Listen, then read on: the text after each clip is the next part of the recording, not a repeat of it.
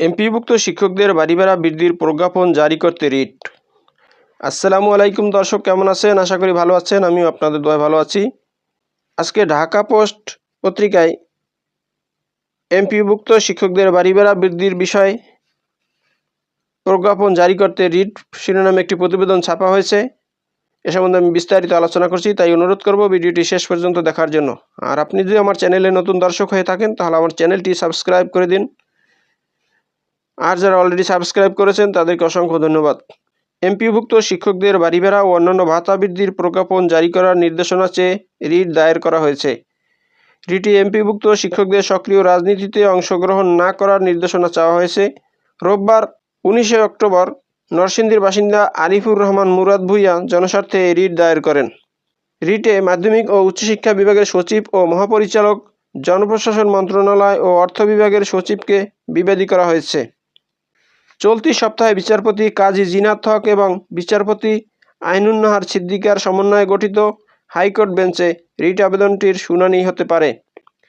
রিটকারী আরিফুর রহমান মুরাদ ভূঁইয়া বলেন, রিটে এমপিভুক্ত শিক্ষকদের বাড়ি ভাড়া, চিকিৎসা ভাতা ও উৎসব ভাতা বৃদ্ধির প্রজ্ঞাপন জারি করতে এমপিভুক্ত শিক্ষকদের সক্রিয় রাজনীতিতে অংশগ্রহণ না করতে নির্দেশনা চাওয়া হয়েছে। উল্লেখ্য, দেশের সরকারি শিক্ষা প্রতিষ্ঠানে কর্মরত এমপিভুক্ত শিক্ষক ও কর্মচারীদের জন্য বাড়ি ভাড়া ভাতা বৃদ্ধিতে সম্মতি দিয়েছে সরকারের অর্থ বিভাগ। নতুন সিদ্ধান্ত অনুযায়ী মূল বেতনের 5% হারে 2000 টাকা বাড়ি ভাড়া দেওয়া হবে।